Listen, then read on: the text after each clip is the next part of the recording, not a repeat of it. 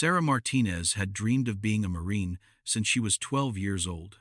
Growing up in a small Texas town, she spent her afternoons at the local gun range with her grandfather, a Vietnam veteran who taught her that precision wasn't just about pulling a trigger, it was about patience, breathing, and understanding the weapon as an extension of yourself. By the time she graduated high school, Sarah could outshoot most of the adult men at the range. Her grandfather's old hunting rifle felt natural in her hands, and she rarely missed her target, even at distances that made seasoned hunters nervous. But when she walked into the Marine Corps recruitment office on her 18th birthday, the staff sergeant behind the desk looked her up and down with barely hidden skepticism. "You sure you wouldn't prefer the Navy, miss? They've got good administrative positions," Staff Sergeant Coleman said, not bothering to look up from his paperwork. "Marines do the heavy lifting."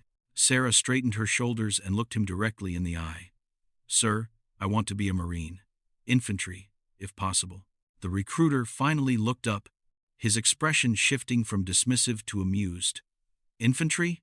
Sweetheart, that's not how things work around here.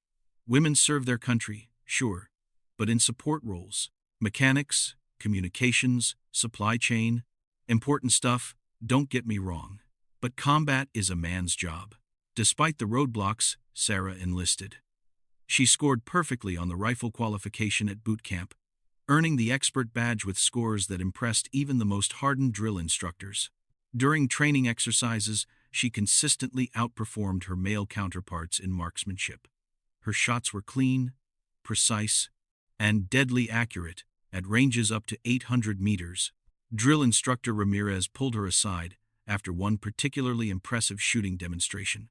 "Martinez, I've been training Marines for 15 years, and I've never seen natural talent like yours. You've got the instincts of a sniper." "Then recommend me for sniper school, sir," Sarah replied without hesitation. Ramirez shook his head slowly. "Wish I could, Marine. But you know the rules. Combat specialties are off limits. Best I can do is recommend you for a marksmanship instructor position." Month after month, Sarah applied for every combat role she could find. Each application came back with the same response: position not available to female personnel. She watched male Marines with inferior shooting scores get accepted into sniper programs while she was assigned to teach basic rifle handling to new recruits. The irony wasn't lost on her. She was good enough to teach others how to shoot, but not good enough to actually pull the trigger when it mattered. During her off hours, she continued training, pushing herself harder than anyone expected. She studied ballistics, wind patterns, and advanced shooting techniques. She memorized the specifications of every rifle the Marines used and practiced with them all. Her commanding officer, Captain Bradley, noticed her dedication but seemed uncomfortable with her ambition. "Martinez, you're an excellent Marine, but you need to accept your role. The Corps has its reasons for these policies. Combat zones are unpredictable, and we can't take risks with unit cohesion. With respect, sir, my shooting scores suggest I'm less of a risk than most of the men you're sending into combat," Sarah replied, trying to keep the frustration out of her voice. "It's not about scores, Martinez. It's about physical strength, emotional stability under pressure, and unit dynamics. These policies exist to protect everyone." As months turned into years, Sarah watched deployment after deployment leave without her. She trained new Marines, maintained equipment, and excelled in every assignment given to her. But the closest she got to real action was hearing stories from returning Marines about firefights where better marksmanship could have saved lives. The frustration was eating at her.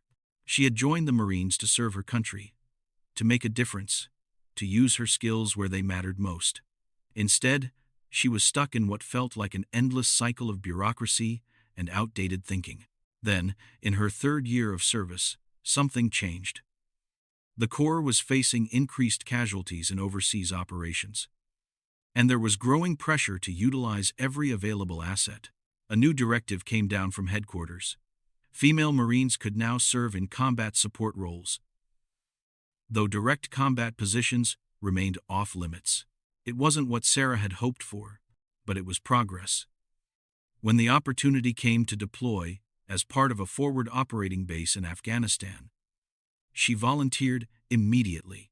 Her role would be perimeter, security, and training Afghan military personnel in marksmanship, not exactly the front lines, but closer to real action than she had ever been. As she packed her gear for deployment, Sarah couldn't shake the feeling that this assignment would change everything. She had spent years proving herself, years demonstrating that her skills were as sharp as any Marine in the Corps. Now, finally, she would have the chance to show that when the moment came, she could deliver when it mattered most. The transport plane that would take her to Afghanistan was scheduled to leave in 2 days. Sarah spent her final night stateside at the range, putting round after round into targets at maximum distance. Each shot was perfect, each one a promise to herself that she would be ready for whatever waited for her overseas. Forward Operating Base Sentinel sat like a small fortress in the mountainous terrain of eastern Afghanistan. Sarah had been stationed there for 3 months, and the reality of deployment was both more mundane and more intense than she had imagined. Her days were filled with perimeter patrols, equipment maintenance, and training sessions with Afghan National Army soldiers who seemed more interested in when their next meal would arrive than in learning proper shooting techniques. The base housed about 200 Marines, and Sarah quickly earned respect for her skills, even if some of the men still seemed uncomfortable with her presence during combat briefings. Lieutenant Colonel Harrison, the base commander, had initially been skeptical about having a female Marine in such a forward position, but her performance during several Taliban mortar attacks had changed his opinion. "Martinez hits her targets when it counts," he told Captain Pierce during one of their morning briefings. "She's steady under fire, and the men trust her."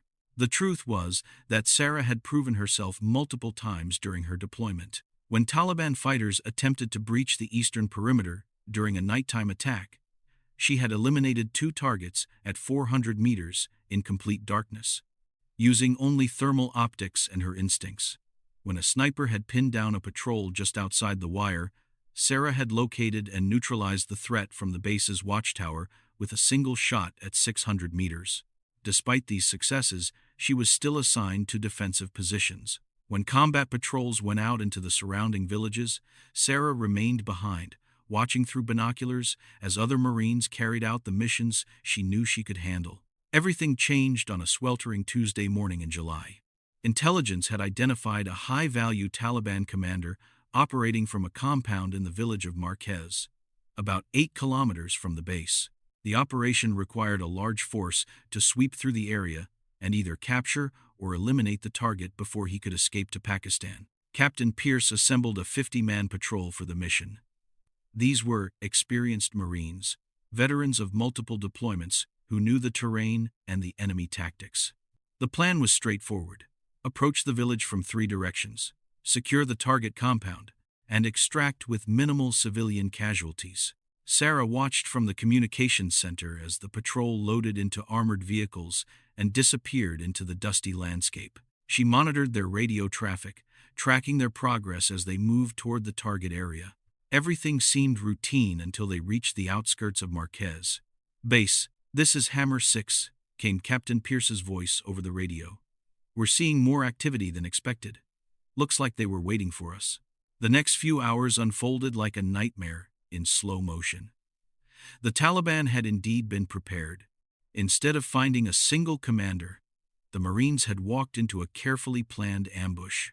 The enemy had positioned fighters in multiple buildings throughout the village, creating overlapping fields of fire that turned every street into a killing zone. "We're taking heavy fire from multiple positions," Pierce reported, his voice strained. "Request immediate air support and medical evacuation." But the weather had turned bad. Thick clouds had rolled in from the mountains, making helicopter operations impossible. The closest air support was 40 minutes away, and the Marines were pinned down in a courtyard with minimal cover. From her position at the base, Sarah could hear the desperation in the radio transmissions. The patrol was trapped, and several Marines were already wounded. The Taliban fighters had the high ground and superior numbers. Without immediate help, the entire patrol could be wiped out. Lieutenant Colonel Harrison paced the command center, his face grim as he studied the tactical situation on the digital map display. "We need to get them out of there, but I can't send another patrol into that hornet's nest without air cover." Sarah studied the map. her mind racing. She knew that terrain from her perimeter patrols. The village sat in a valley, surrounded by hills that provided excellent observation and shooting positions. If someone could get to the right vantage point, they could potentially provide covering fire for the trapped Marines. "Sir," she said quietly, "I know that area. There's a ridgeline about 1,200 meters northeast of the village. With the right equipment, someone could provide overwatch and eliminate the enemy positions." Harrison looked at her sharply. "Martinez, that's well outside our defensive perimeter. And 1,200 meters is an extreme range, even for our best snipers." "Sir, I can make that shot," Sarah said, her voice steady. "I've been studying that terrain for months. I know the wind patterns, the elevation changes. Give me a chance to help those Marines." The colonel hesitated. Sending a female Marine on a solo mission into hostile territory went against every protocol he had been taught. But as another burst of panicked radio traffic filled the command center, he realized he might not have a choice. "Hammer 6, this is base." Harrison spoke into his radio. "What's your ammunition status?" "Running low, sir. Maybe 20 minutes of effective fire left. We need help now, or we're not making it home." Sarah stepped forward. "Sir, those Marines are going to die if we don't act. I'm the best shot on this base, and I know I can help them. Please, let me try." The room fell silent, except for the crackling radio communications. Every person in the command center was looking at Harrison, waiting for his decision. Outside, the sound of distant explosions echoed across the base as the Taliban continued their assault on the trapped patrol. Harrison closed his eyes for a moment, weighing the impossible choice in front of him. Then he opened them and looked directly at Sarah. "Get your gear, Marine. You have 30 minutes to get into position." Sarah grabbed her M40A5 sniper rifle and ran toward the motor pool, her mind already calculating distances, wind speeds, and bullet trajectories. She had trained for moments like this her entire military career. But the weight of 50 lives, depending on her accuracy, made every step feel crucial. Sergeant Davis, the motor pool chief, looked surprised as she approached. "Martinez, where are you headed in such a hurry?" "Emergency mission, Sergeant. I need transportation to grid reference 417295. And I need it now." Davis glanced at the map coordinates and whistled. "That's outside our safe zone, Marine. You sure about this? 50 Marines are trapped in Marquez Village. I'm their only hope for covering fire." Without another word, Davis grabbed the keys to the fastest vehicle available, a modified Humvee built for reconnaissance missions. As they raced across the rocky terrain toward the ridgeline, Sarah used the bouncing ride to check her equipment one final time. Her rifle was clean and zeroed, her scope properly calibrated. She carried 200 rounds of match-grade ammunition, each bullet capable of precise accuracy at extreme range. The drive took 23 minutes of hard travel over difficult terrain. When they reached the base of the ridge, Sarah gathered her gear and began the climb to the summit. The hill was steep and rocky, but her months of physical training paid off as she navigated the challenging ascent. At the top, she found the perfect position, a natural rock formation that provided both concealment and a clear view of the village below. Through her scope, she could see muzzle flashes from Taliban positions scattered throughout the buildings. The trapped Marines were clustered in a small courtyard, using overturned cars and concrete barriers for cover. Sarah set up her rifle with practiced efficiency, adjusting the bipod legs for maximum stability. The range to the target area was 1,247 meters, according to her rangefinder. She checked the wind using both electronic sensors and the old-fashioned method her grandfather had taught her, watching how dust and debris moved in the air. "Base, this is Overwatch," she radioed, using the call sign Harrison had assigned her. "I'm in position and have eyes on the target area." "Copy, Overwatch. Hammer 6 reports they're down to 10 minutes of ammunition. Enemy fighters are massing for a final assault." Sarah studied the tactical situation through her scope. The Taliban had positioned their most effective fighters in a 3-story building on the village's main street. From that position, they could fire down into the courtyard where the Marines were trapped. If she could eliminate the fighters in that building, it would give the Marines a chance to fight their way out. The first target appeared in a third-floor window, 1,247 meters away. Sarah controlled her breathing, feeling her heart rate slow as she entered the zone of complete focus her grandfather had taught her. She calculated for wind drift, bullet drop, and the slight upward angle of her shot. Her finger found the trigger, and she applied steady pressure until the rifle fired with a sharp crack that echoed across the mountains. Through her scope, she watched the enemy fighter drop out of sight. "Target down," she reported calmly, already shifting to acquire the next threat. For the next 12 minutes, Sarah worked with mechanical precision. Each shot was carefully calculated and executed. Enemy fighters who had been confidently firing at the trapped Marines suddenly found themselves under attack from an unexpected direction. The psychological effect was immediate. The Taliban fighters began abandoning their positions, unsure where the deadly, accurate fire was coming from. The most critical moment came when she spotted a Taliban fighter preparing to fire a rocket-propelled grenade directly into the Marine's position. The range was extreme, nearly at the limit of her rifle's effective reach, and the target was only partially visible behind a concrete wall. "Overwatch. This is Hammer 6, came the urgent radio call. "RPG team setting up in the blue building, 2nd floor. If that grenade reaches us, we're done." Sarah found the target through her scope.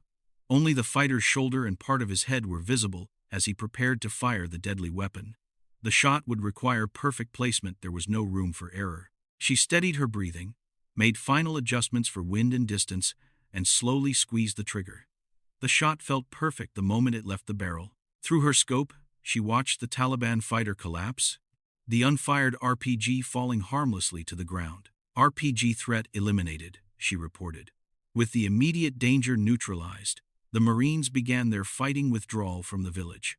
Sarah provided overwatch, eliminating any Taliban fighters who tried to pursue them. Her shooting was flawless, 18 shots, 18 confirmed targets eliminated.